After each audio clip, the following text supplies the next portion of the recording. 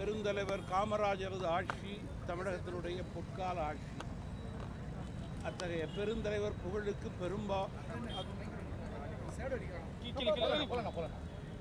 பெருந்தலைவர் காமராஜரது ஆட்சி பொற்கால ஆட்சி. அத்தகைய பொற்கால ஆட்சியினுடைய தலைவர் பெருந்தலைவரது பிறந்த தின விழாவினை மிகப்பெரிய பொதுக்கூட்டமாக தமிழ் மாநில காங்கிரஸ் கட்சி இன்றைக்கு பிரசவாக்கம் தானா தெருவிலே பொதுக்கூட்டத்தின் வாயிலாக கொண்டாடுகிறது. மேலும் பெருந்தலைவருடைய பொற்கால ஆட்சியிலே தமிழகத்திலே மாணவர்கள் நன்கு படிக்க வேண்டும் என்பதற்காக கல்விக்கூடங்களை நகரம் முதல் கிராமம் வரை திறந்தார்கள்.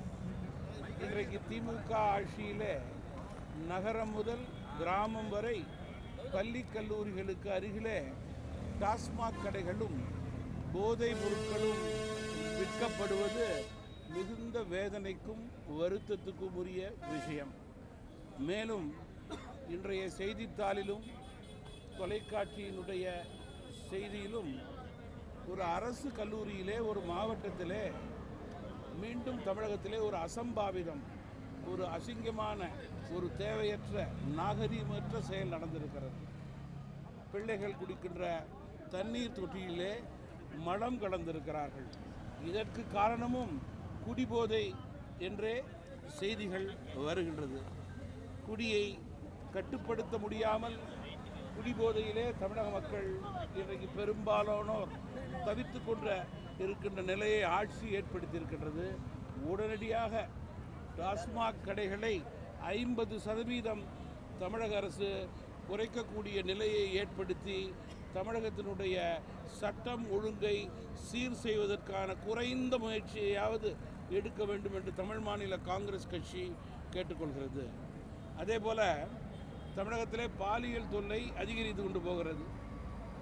2 நாட்களுக்கு முன்பு ஓடும் ரயிலிலே ஒரு கர்ப்பிணி பெண்ணை பாலியல் செய்து தள்ளிவிட்டிருப்பது மிகுந்த வேதனைக்குரிய செய்தி.